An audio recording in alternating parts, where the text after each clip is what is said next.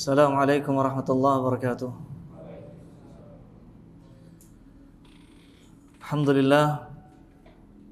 Alhamdulillahi rabbil alamin. Wa bihi nasta'inu ala umuri dunya waddin. Asyhadu an la ilaha illallah wa waliyus salihin. Wa asyhadu anna Muhammadan abduhu wa rasuluh wa khatamul anbiya wal mursalin. Sallallahu alaihi wa ala alihi wa ashabihi wa man tabi'ahum bi ihsan ila yaumiddin, amma ba'd. Alhamdulillah, tiada kata yang pantas, tiada kata yang paling pantas kita ucapkan di awal majelis kita di malam hari ini selain dari kata pujian, syukur kita kepada Allah Subhanahu wa taala atas limpahan nikmat, limpahan rahmat yang Allah Subhanahu wa taala berikan kepada kita, yang mana di antara nikmat tersebut adalah nikmat mudahnya kita menuntut ilmu syar'i.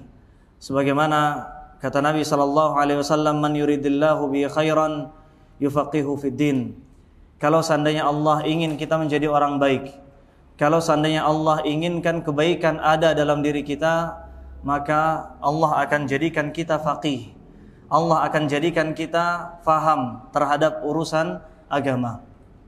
Ahibati fillah, azanallahu wa iyyakum, para hadirin dan hadirat yang Allah Subhanahu wa taala muliakan, di malam hari yang kita harapkan keberkahannya ini, di tempat yang Allah Subhanahu wa taala cintai, di salah satu rumah dari rumah-rumah Allah yang kata Nabi sallallahu alaihi wasallam, ahabbul biladi ilallah masajiduha, sebaik-baik tempat yang paling dicintai oleh Allah adalah masjid, seburuk-buruk tempatnya adalah pasar. Maka kita mengharap keberkahan yang banyak dari kajian kita di malam hari ini dengan tema yang kita bawa, yaitu tentang sunnah-sunnah nabimu yang telah mati. Sunnah-sunnah Nabi sallallahu alaihi wasallam yang telah tiada, yang telah banyak ditinggalkan, yang telah pudar, yang telah banyak diacuhkan oleh kaum muslimin. Ahibati fillah, azanallahu wa iyyakum, sebelum kita melangkah lebih jauh, masuk ke dalam tema lebih dalam, kita ingin mengetahui lebih dulu tentang apa itu sunnah, agar tidak rancu pemikiran kita tatkala kita menjelaskan tentang sunnah-sunnah Nabi yang mati. Sunnah memiliki banyak arti. Sunnah adalah istilah yang banyak dipakai oleh para ulama. Ulama fiqih memakai istilah sunnah, ulama hadis memakai istilah sunnah, ulama akidah memakai istilah sunnah, dan setiap dari mereka memiliki makna-makna tersendiri. Setiap dari mereka, para ulama tersebut, punya makna khusus tentang istilah yang mereka pakai. Seperti contohnya istilah sunnah menurut ulama ahli hadis. Apa maksudnya sunnah menurut ulama ahli hadis?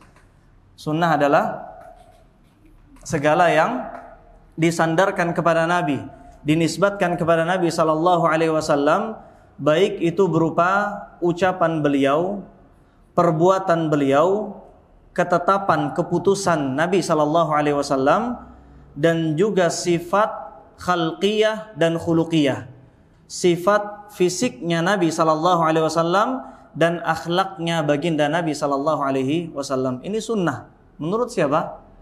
Menurut ulama ahli hadis. Menurut ulama ahli hadis. Tapi bukan ini yang kita inginkan dalam tema kita malam hari ini. Sunnah yang kedua, menurut ulama ahli akidah, adalah lawan kata dari bid'ah. Lawan kata dari sesuatu yang baru dalam agama adalah ajaran-ajaran Nabi sallallahu alaihi wasallam. Sunnah yang ketiga, menurut ulama ahli fiqih atau usul fiqih. Bagaimana sunnah menurut mereka? Sunnah adalah lawan kata dari apa? Wajib, ya. Kalau wajib, kalau ulama fikih itu mengenalkan kepada kita hukum Islam itu ada 5. Hukum taklif dalam agama Islam itu ada 5. Ada yang bisa nyebutin? Wajib, sunnah, haram, makruh, dan mubah. Di sini ada penyebutan sunnah setelah yang wajib. Kalau wajib, perintah Nabi yang harus dilakukan, tidak boleh tidak. Wajib. Jelas ya? Arti sunnah jelas? Apa sunnah? Perintah Nabi yang menjadi anjuran. Kalau dilakukan mendapatkan pahala, kalau ditinggalkan tidak mendapatkan dosa. Jangan biasa nyebut kalau dilakukan mendapat pahala, kalau ditinggalkan tidak masalah. Kalau tidak masalah ya sudah, banyak orang meninggalkan sunnah, padahal itu sunnah Nabi SAW. Kalau dilakukan dapat pahala, kalau ditinggalkan tidak berdosa. Adapun sunnah yang kita inginkan adalah sunnah yang sesuai dengan pengertian ahli akidah, ulama-ulama akidah. Apa sunnah tadi? Lawan kata dari bid'ah. Bid'ah adalah jalan yang ditempuh selain dari jalannya Nabi, para sahabat. Adapun sunnah, jalannya Nabi, jalan yang telah digariskan oleh Allah Subhanahu wa taala.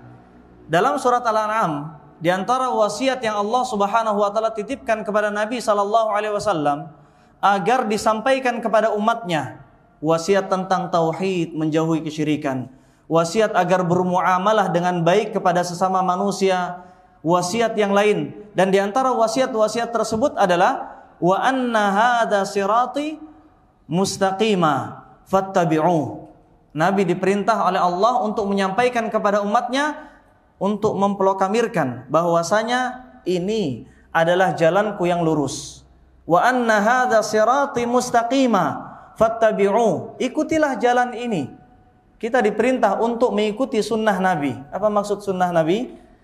Ajarannya Nabi, metode Nabi dalam beribadah, bahkan dalam kehidupan sehari-hari, dan kebiasaan Nabi sallallahu alaihi wasallam. Jalannya Nabi, jalan yang ditempuh oleh Rasulullah, ini adalah sunnah, dan ini yang kita inginkan. Ini perintah. Kata Nabi, fattabi'u wa la tattabi'us subul.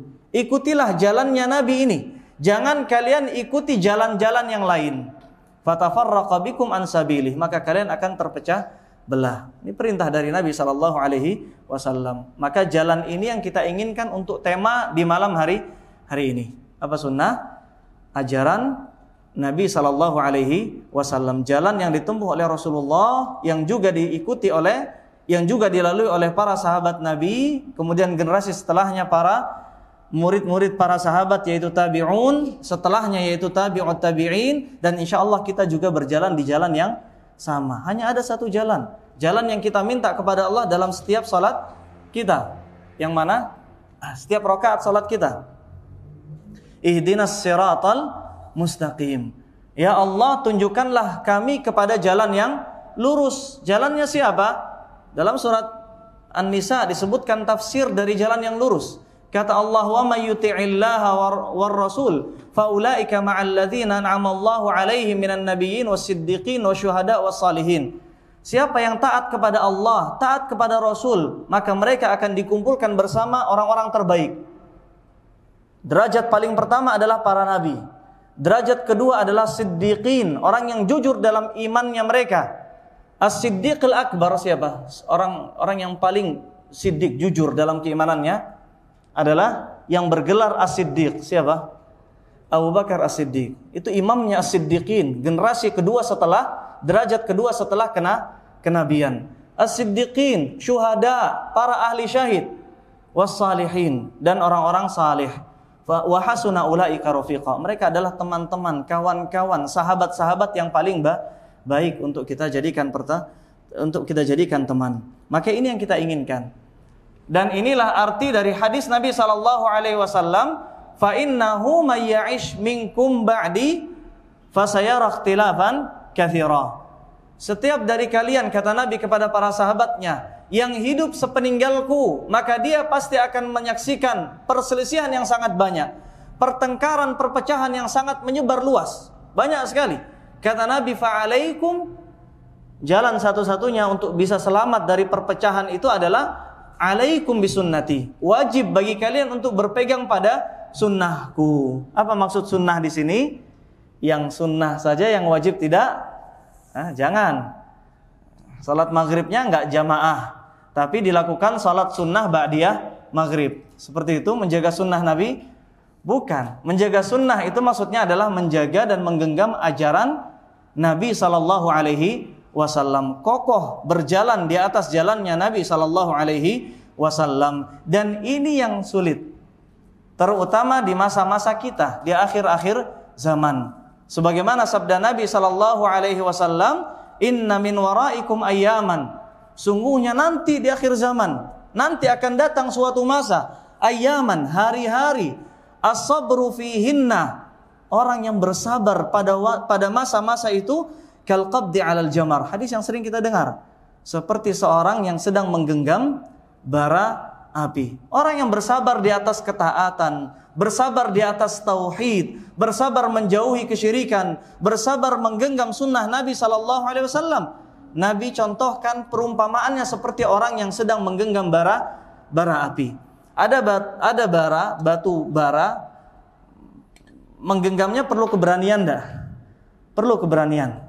Untuk mau mengikuti sunnah Nabi sallallahu alaihi wasallam, mau hijrah, itu perlu keberanian. Tidak mudah, susah. Lebih sulit lagi setelah kita ambil, kemudian kita genggam, tidak kita lepaskan. Mana yang lebih sulit? Memulai atau mempertahankannya? Dua-duanya sulit. Yang paling sulit adalah mempertahankan sunnah Nabi sallallahu alaihi wasallam. Bayangkan saja, genggam bara api, susah sekali. Dan itu yang kita rasakan sekarang. Melakukan sunnah Nabi sallallahu alaihi wasallam pasti akan kita temukan berbagai macam cobaan dan ujian, hinaan, cacian, nama-nama yang disematkan kepada kita, nama-nama yang dusta, disebut sebagai Wahabi sudah biasa. Bahkan saking muaknya para ulama dengan sebutan Wahabi, ya sudahlah. Kalau mereka mau sebut kita Wahabi, ya sudah kita Wahabi. Apa kata mereka saja sudah. Saking apa istilahnya, gembar-gembornya istilah Wahabi mereka bunyikan. Makanya kata Syekh Shalih Al-Fauzan, ada syair, lau kana tabi'u Ahmad Wahabiyan falyashhad thaqalain bi annani anal Wahabi. Kata Syekh Shalih Al-Fauzan, beliau menukil perkataan ulama, saya lupa namanya. Kata Syekh Shalih Al-Fauzan hafizahullah, kalau seandainya pengikutnya Ahmad, siapa Ahmad?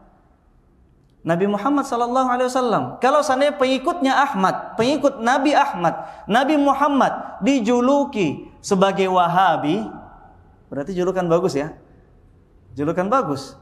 Kalau seandainya Wahabi itu artinya pengikutnya Nabi Muhammad, kita tidak pengen. Tapi kalau mereka terus menjuluki kita sebagai Wahabi karena alasan kita berjalan di atas jalannya Nabi, maka kita sampaikan, liyashhadu tsaqalain bi annani anal Wahabi. Maka silahkan kumpulkan manusia dan jinnya, saksikan di hadapan mereka semua bahwasanya saya adalah Wahabi. Saya tidak mau. Tapi kalau kalian ngotot menggelari saya Wahabi, ya silahkan sebut saya sebagai Wahabi. Dalam arti konotasi positif, mengikuti sunnah Nabi sallallahu alaihi wasallam. Apapun namanya terserah, yang penting mengikuti sunnah Nabi sallallahu alaihi wasallam. Sekali lagi, bukan jalan yang mudah. Jalan yang kita tempuh ini bukan jalan yang mudah. Tapi nanti suatu ketika nanti kita pasti akan bertemu tempat peristirahatan yang layak, yaitu surga Allah tabaraka wa taala. Menggenggamnya susah, mempertahankannya lebih susah lagi. Akan tapi tentu pahala yang kita dapatkan setara dengan usaha yang kita keluarkan. Sebagaimana kaidah kata Nabi SAW, al-jaza min jinsil amal. Ini hadis atau kaidah? Anggap kaidah. Saya tidak yakin ini hadis. Lupa saya. Al-jaza min jinsil amal. Tapi ini sesuai dengan ayat Al-Quran. Al-jaza min jinsil amal. Balasan itu sesuai dengan usaha. Kata Allah, hal jazaa'ul ihsan illal ihsan? Balasan kebaikan bukankah dengan kebaikan yang serupa? Ya toh? Benar. Kata Allah, wa jazaa'u sayyi'atin sayyi'atun mithluha. Balasan keburukan ya keburukan, sama setara. Maka tadi kaidahnya apa? Al-jaza' min jinsil amal. Balasan itu sesuai dengan kadar amal yang kita kerahkan. Sulit, tetapi pahalanya juga bukan gampangan, tidak kecil, tidak sedikit. Di antara keutamaan menggenggam sunnah Nabi sallallahu alaihi wasallam, yang pertama adalah inilah dalil. Ini adalah bukti yang kita buktikan di dalam diri kita bahwasanya kita benar dalam cinta kita kepada Allah, benar dalam cinta kita kepada Nabi sallallahu alaihi wasallam. Kalau sekedar mengaku, semua orang sah-sah saja mengaku. Semua orang bebas mengaku. Saya pecinta Nabi sallallahu alaihi wasallam, bahkan ada nama-nama khusus. Pecinta Nabi, ya macam-macam lah namanya. Macam-macam namanya. Setiap orang bebas mengaku. Tetapi mana yang benar dalam pengakuannya? Siapa yang benar mencintai Nabi sallallahu alaihi wasallam? Siapa yang benar mencintai Allah tabaraka wa taala? Maka Allah turunkan ayat mihnah, ayat sebagai ujian, ayat ujian. Siapa yang benar dalam cintanya kepada Allah, maka buktikan. Kata Allah dalam surat Ali Imran ayat 31, "Qul in kuntum tuhibbunallah fattabi'uni yuhibbukumullah wa yaghfir lakum dzunubakum." Kata Allah dalam surat Ali Imran ayat 31, katakanlah wahai Muhammad, uji mereka wahai Muhammad, tanyakan kepada mereka wahai Muhammad, in kuntum tuhibbunallah, kalau seandainya kalian mencintai Allah, maka ikutilah diriku, kata Nabi Muhammad SAW. Ini perintah Allah. Ikutilah diriku, yuhibbukumullah wa yaghfir lakum dzunubakum. Ikuti diriku, ittiba', mengikuti jalannya Nabi SAW. Yuhibbukumullah, Allah akan mencintai kalian dan Allah akan mengampuni dosa kalian. Apa patokannya mencinta Allah Subhanahu wa taala? Mengikuti orang yang paling Allah Subhanahu wa taala cintai. Maka kata Imam Hasan Al-Basri, ini sunatullah. Kalau kita punya istri kita sayangi, punya sesuatu yang kita cintai, sosok yang kita kagumi, apapun yang dia sukai, kita jadikan sebagai kesukaan dan hobi kita. Seperti itu toh? Itu kaidahnya cinta. Kalau kita bohong dalam cinta kita, istri kita sukanya apa, kita tidak suka apa yang istri kita suka. Itu kaidahnya. Makanya kata Al-Hasan Al-Basri rahimahullah, man ahabba qauman ittaba'a atharahum. Orang yang mengaku mencintai suatu kelompok, pasti mereka akan mengikuti jejaknya. Kalau kita mencintai sesuatu, pasti akan mencintai apa yang dia cintai. Kita mengaku cinta Allah, kita tidak mau mengikuti apa yang Allah sukai. Kita tidak mau mencintai siapa yang Allah cintai. Ini salah. Maka manusia yang paling Allah Subhanahu wa taala cinta adalah siapa? Yang bergelar Khalilullah. Apa? Khalilullah, bukan Habibullah. Kalau Habibullah itu kekasihnya Allah. Khalilullah kekasihnya Allah, tapi derajat Habibullah di bawah Khalilullah. Makanya kita kenal hanya ada dua nabi, dua rasul yang menjadi Khalilullah. Siapa mereka? Nabi Ibrahim dan Nabi Muhammad sallallahu alaihi wasallam. Hanya ada dua sosok manusia di atas muka bumi yang menjadi kekasihnya Allah. Maka ketika Allah mengumumkan kecintaannya kepada makhluknya, maka kita pun mencintai orang yang dicintai oleh Allah Subhanahu wa taala. Ini bukti cinta kita kepada Nabi sallallahu alaihi wasallam. Maka orang-orang yang mencintai Nabi, mencintai Allah, apa buktinya? Nampak pada aktivitas hariannya, nampak pada ibadahnya, nampak pada muamalahnya, akidahnya, akhlaknya. Bagaimana akidah, akhlak dan kehidupannya? Selaras dengan kehidupan Nabi sallallahu alaihi wasallam, karena dia jujur dalam cintanya kepada Nabi. Kemudian di antara pahala, keutamaan menggenggam sunnah Nabi sallallahu alaihi wasallam meskipun sulit adalah dengan mengamalkan dan menjaga sunnah Nabi sallallahu alaihi wasallam, maka kita akan mendapatkan pahala bukan hanya setara satu pahala sahabat, tapi setara dengan pahala 50 sahabat Nabi sallallahu alaihi wasallam ridwanullah alaihim. Sahabat Nabi, orang-orang yang berjuang bersama Nabi. Ketika kita orang yang jauh hidupnya dari Nabi sallallahu alaihi wasallam, berada di akhir zaman, zaman yang penuh dengan ujian, fitnah, berjuang mengamalkan sunnah Nabi, berjuang dan bertahan, maka amalan pahala yang kita dapatkan dari amalan tersebut setara dengan pahala 50 pahala sahabat Nabi sallallahu alaihi wasallam. Dan ini bukan saya yang ngomong. Nabi, kata Nabi, inna min waraikum, hadis yang tadi saya bawakan. Di hadapan kalian nanti di akhir zaman akan ada hari-hari yang sulit. As-sabru fihinna, orang yang bersabar pada waktu-waktu tersebut, masa-masa tersebut, kal qabdi 'alal jamar. Apa artinya? Seperti seorang yang menggenggam bara api. Kata Nabi sallallahu alaihi wasallam, lil 'amili fihinna mithlu ajri 50 rajulan ya'maluna mithla 'amalikum. Orang yang mau berjuang pada hari itu, Orang yang mau beramal menghidupkan sunnah Nabi pada waktu itu, pahalanya sama dengan pahala orang yang mengamalkan amalan seperti 50 orang dari para sahabat. Setara, sama dengan 50 sahabat Nabi SAW. Pahalanya besar, dahsyat. Dan di antara keutamaan yang lain, menggenggam sunnah, mengamalkan sunnah, menghidupkan sunnah Nabi SAW adalah kita ikut andil dalam menghidupkan sunnah Nabi meskipun kita hanya beramal, tidak berdakwah. Bedanya apa? Kalau berdakwah harus ngisi taklim, harus khutbah, harus nulis, harus belajar dulu kemudian nyampaikan dakwah kepada sahabat kita, teman-teman kita. Sulit. Kita cukup beramal meskipun dakwah dituntut sesuai dengan kadar keilmuan, tapi cukup beramal, mengamalkan sunnah Nabi SAW dalam diri kita, keluarga kita, di masjid kita, maka ini bentuk kita menghidupkan sunnah Nabi SAW. Bagaimana caranya? Orang-orang yang tidak mau mengamalkan sunnah Nabi, kenapa mereka tidak mau mengamalkan sunnah Nabi? Jangan dituding mereka bodoh, jangan dituding mereka membangkang, jangan dituding mereka orang-orang yang terlanat. Tidak ada. Bisa jadi mereka tidak mengamalkan sunnah Nabi bukan karena mereka tidak mau, tapi karena mereka tumbuh dan besar karena mereka yang mereka lihat adalah itu bid'ah. Yang mereka biasa lakukan adalah yang menyelisih sunnah Nabi SAW. Sudah menjadi tradisi, sudah menjadi kebiasaan. Apakah kita tuding mereka ahlul bid'ah? Jangan, tidak mudah. Ahlus sunnah tidak mudah menuding orang lain, tidak. Mereka tidak mengamalkan sunnah Nabi bukan karena mereka tidak mau, sekali lagi, tapi karena mereka belum kenal.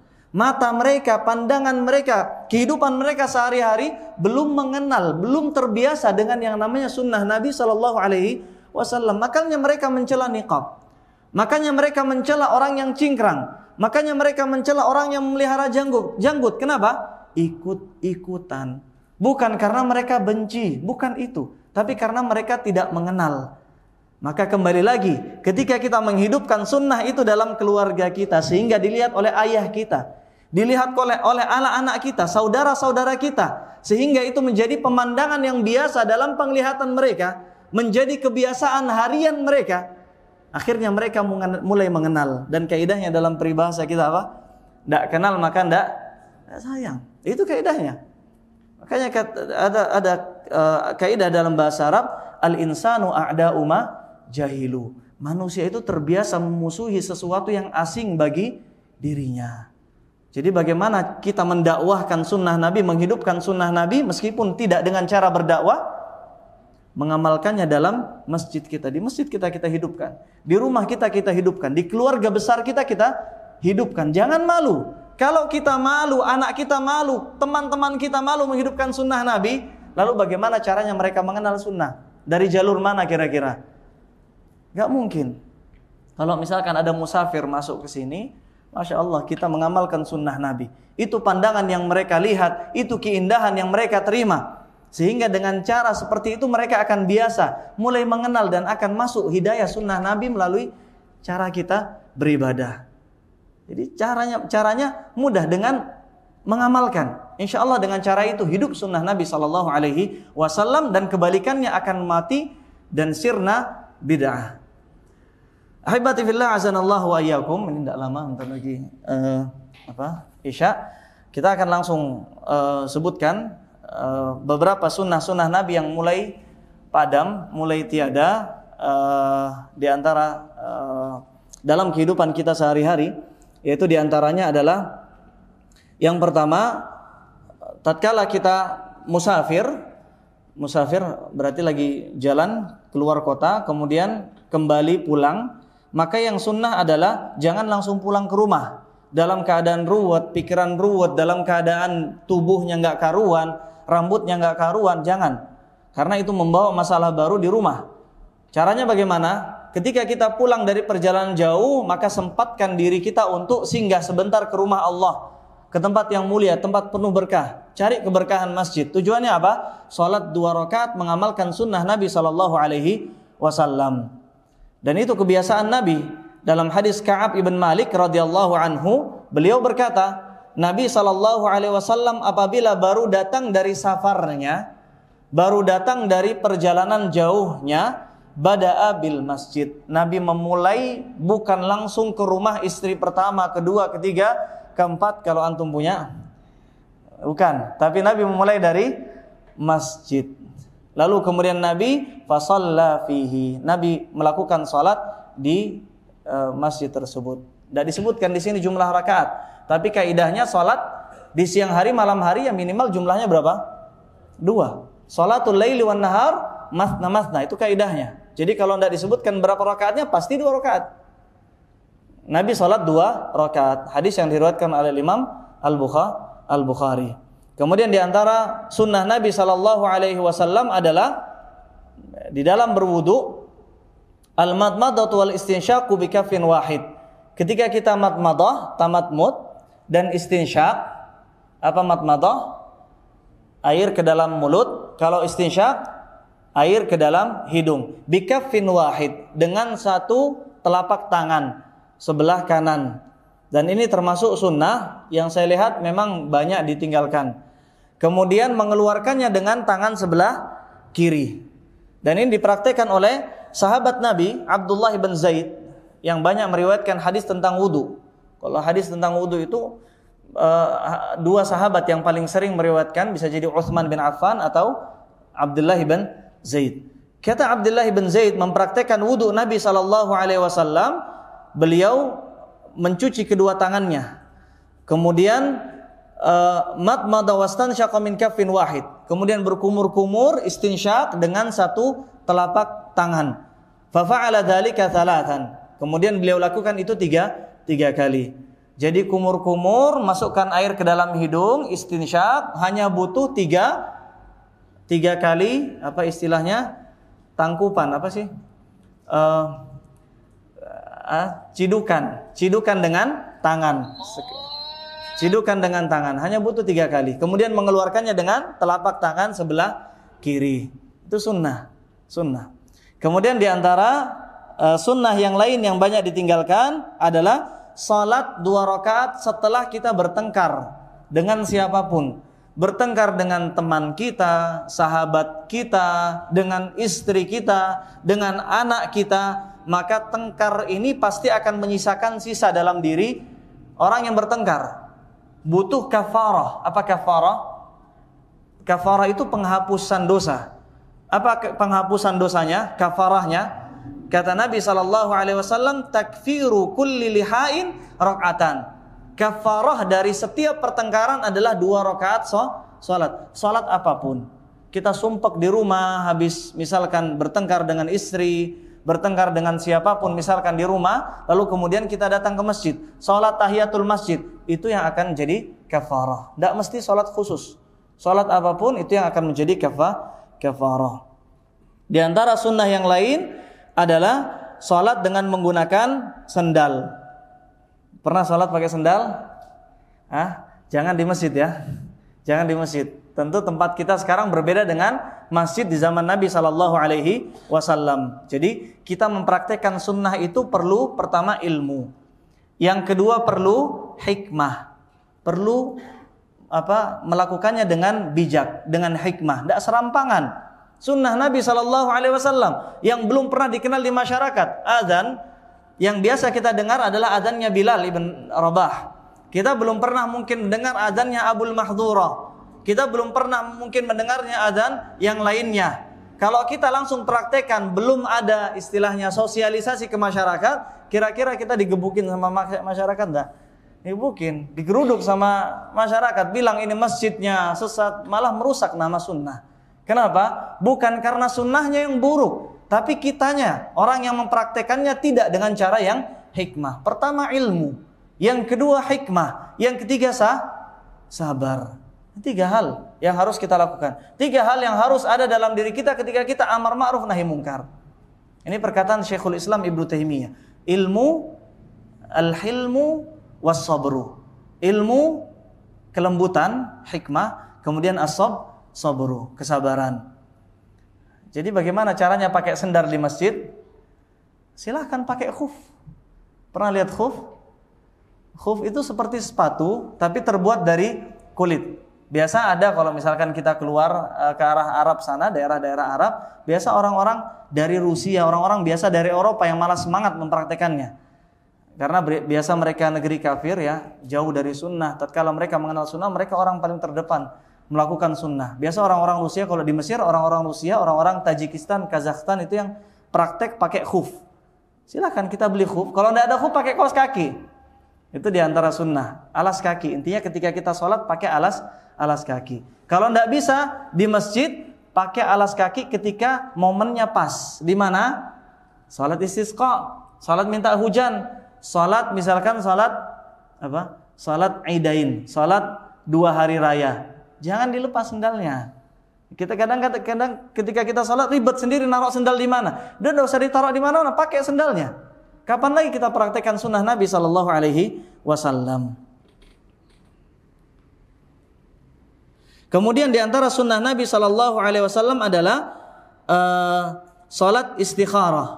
Salat istikharah tatkala kita ingin melakukan suatu perkara yang penting. Ingin menikahkan anak putri kita, ingin tanda tangan proyek yang besar, ingin berbisnis dengan jumlah bilangan modal yang besar atau yang semacamnya, ingin masuk ke dalam suatu tempat pekerjaan, ya kita istikharah. Istikharah, libatkan Allah dalam setiap urusan kita.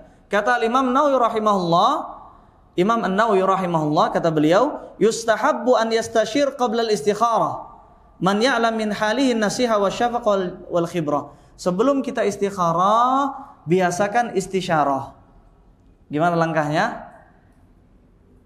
Musyawarah. Bahasa enaknya musyawarah. Istisyarah itu musyawarah. Musyawarah itu apa? Tanya pendapat ke orang yang memang kita kenal, orang itu punya pengalaman. Orang itu ingin kebaikan dalam diri kita, orang yang saleh. Kita istisyarah dulu. Apa istisyarah? Musyawarah. Ini sunnah. Kata Nabi, kata Allah Subhanahu wa taala, "Wasyawirhum fil amr." Libatkan mereka dalam suatu perkara. Musyawarah dulu. Setelah musyawarah baru kita istikharah. Setelah istikharah jangan tunggu tidur dulu, jangan tunggu mimpi dulu. Enggak. Istikharah itu dibuktikan apa yang kita inginkan atau apa yang tidak kita inginkan sesuai dengan kemudahan yang kita temukan. Kalau mudah langkah kaki kita setelah salat istikharah, maka itu kemudahan yang Allah berikan. Kalau sulit langkah kaki kita, hati kita berat, maka ini bukti bahwasanya hal itu tidak diridhai oleh Allah Subhanahu wa taala. Sunnah yang lainnya, ada yang bisa nambahkan? Yang pernah kita pelajari tapi sudah tidak ada. Ada yang tahu? Setelah ya, setelah makan dijilati dan minta dijilati. Itu menjijikkan ya? Enggak. Intinya apa yang disebut oleh Nabi dalam hadisnya itu yang paling indah. Ya tentu dijilati mungkin kalau kita tidak bisa sama teman kita, ya sama istri kita. Istri juga kepada suaminya, pada anak-anaknya. Ya satu keluarga jilat-jilatan. Ya itu sunnah. Menjijikkan atau sunnah? Sunnah. Intinya patokan kita dalam menghukumi sesuatu itu indah atau tidak adalah hadis Nabi SAW. Kalau Nabi lakukan berarti itu paling indah. Nabi anggap itu sebagai kesalahan, itu paling menjijikkan. Meskipun orang melihat anjing itu teman yang baik, teman setia, tapi tatkala Nabi menyatakan orang yang melihara anjing maka hilang dari pahalanya 1 qirat setiap harinya. 1 qirat itu seperti 1 gunung Uhud. Menjijikkan atau indah? Menjijikkan. Orang tidak pernah sholat, orang tidak pakai hijab, punya anjing di rumah. Kira-kira bagaimana caranya dia mau meraih surga? Kita tidak hukumi dia masuk neraka, cuman nanya gimana caranya? Jalannya gimana dia mau masuk surga? Sulit. Jadi jazakallahu khairan ya. An yal'iquha aw yul'iqaha. An yal'aquha aw yul'iqaha. Kata Nabi SAW dalam hadis, ketika kita selesai makan hendaknya dia jilat dan minta dijilati dan minta dijilatkan sama orang lain. Ini termasuk sunnah. Di antara sunnah yang lain adalah meninggalkan harta benda duniawi terkadang sesekali. Sesekali kita tinggalkan harta benda duniawi. Dan ini termasuk sunnah. Makanya Nabi tatkala mandi junub, Maimunah istri beliau Ummul Mukminin datang dengan membawakan khirqah, handuk. Falam yuridha. Nabi tinggalkan. Nabi tidak mau. Handuk tidak mau. Faja'ala yanfudul ma' biyadihi. Kemudian Nabi SAW membersihkan sisa air dari tubuhnya dengan tangan. Pernah dulu kita lakukan pas di pondok ya. Pas kita mungkin dulu mungkin tidak punya apa-apa ya kita seperti itu. Cuman sekarang ketika kita punya, ini yang disunahkan. Kita tinggalkan kemewahan dunia sesekali. Makanya disunahkan, kata para sahabat, kunna umirna an nahtafi ahyanan. Kita diperintah oleh Nabi, sunnah ya, sunnah bukan perintah wajib. Untuk sesekali tidak usah pakai sendal. Tentu dengan hikmah. Nggak pakai sendal dari rumah ke masjid, kotor-kotor kan tidak seperti itu.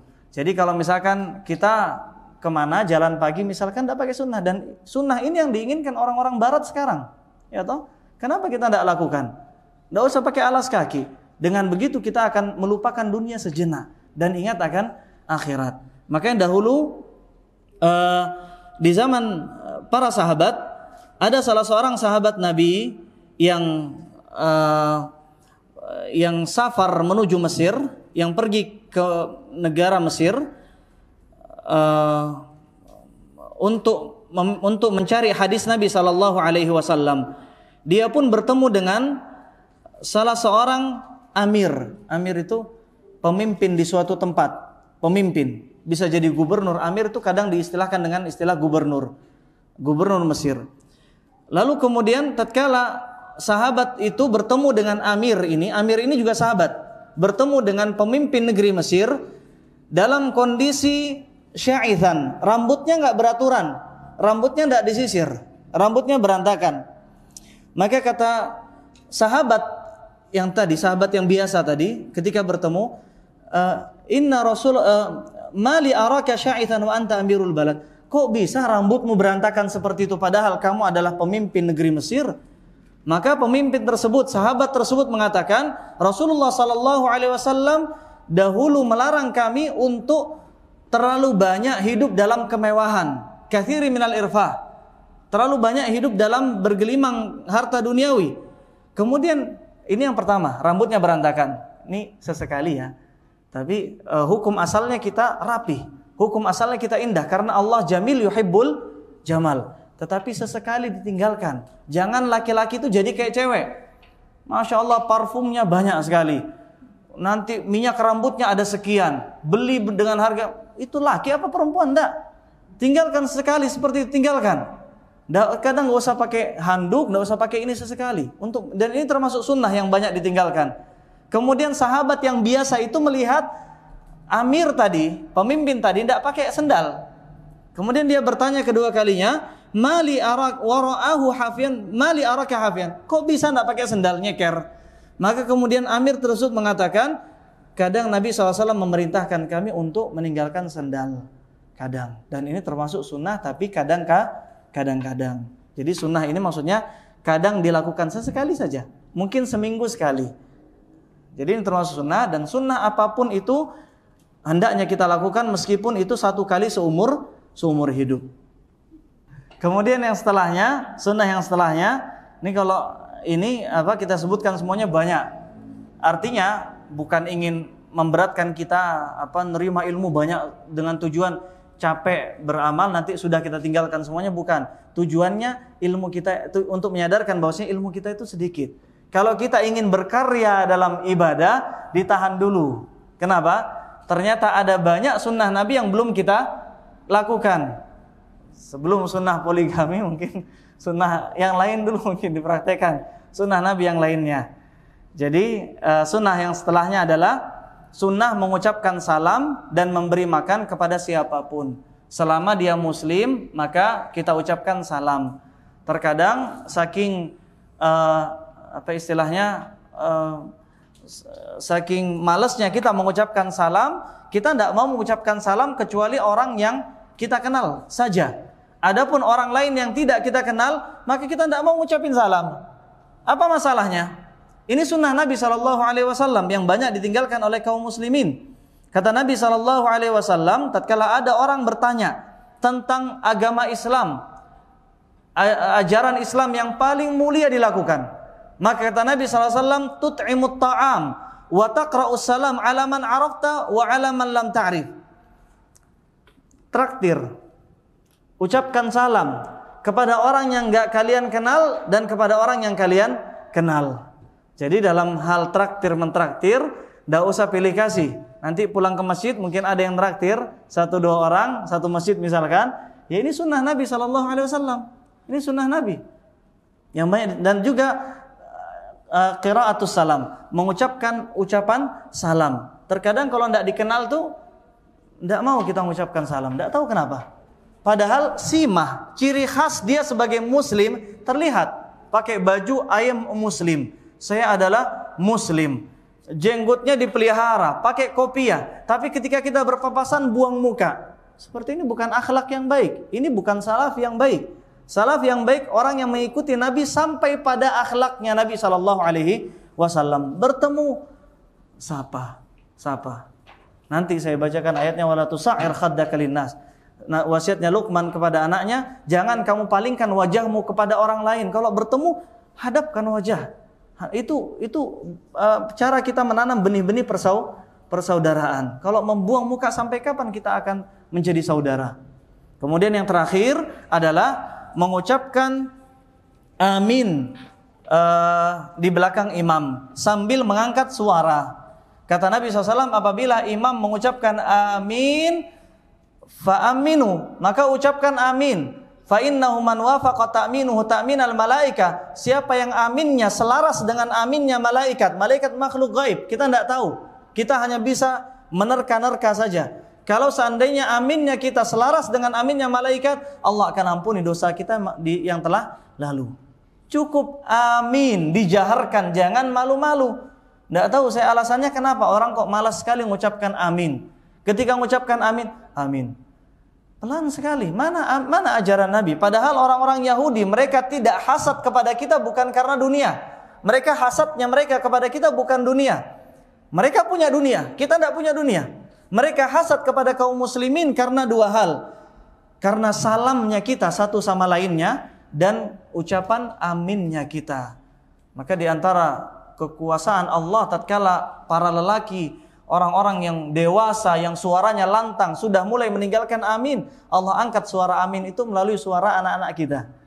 Meskipun ngawur, tapi suara aminnya, Masya Allah, amin. Terdengar suara amin itu dari anak-anak kita. Nah, ini sunnah yang ditinggalkan. Maka yang saya inginkan dalam membahas sunnah-sunnah Nabi yang mati ini adalah agar kita kembali semangat mengamalkan sunnah-sunnah Nabi SAW sebagaimana semangatnya para sahabat. Umar tatkala mencium Hajar Aswad, kenapa dia mencium Hajar Aswad? Dia katakan, "Fawalladzi nafsi biyadi," demi zat yang jiwaku ada di tangannya.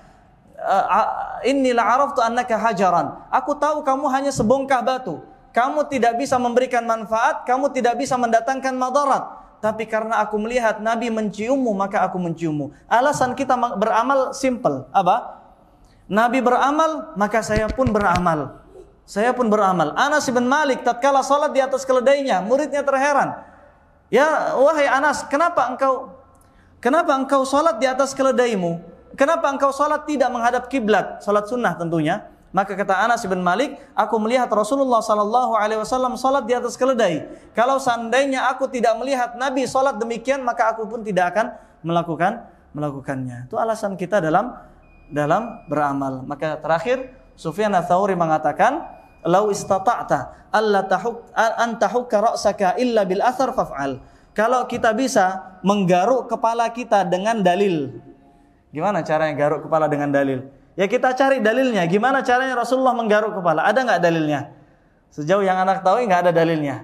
Cuman maksudnya kalau bisa melakukan apapun hal yang remeh dengan athar, dengan dalil, maka lakukan. Itulah ahlus sunnah. Ahlus sunnah berada dimanapun sunnah itu berada. Mungkin ini yang bisa kita sampaikan. Semoga ilmu yang sedikit yang kita sampaikan di malam hari ini menjadi ilmu yang berkah, ilmu yang bermanfaat untuk diri kita, untuk keluarga kita, sehingga dengannya kita bisa beramal dengan amalan yang diterima oleh Allah, sehingga dengannya hidup sunnah di negeri kita, hidup sunnah di tempat kita, hidup sunnah di masyarakat kita. Amin ya rabbal alamin. Wa akhiru da'wana.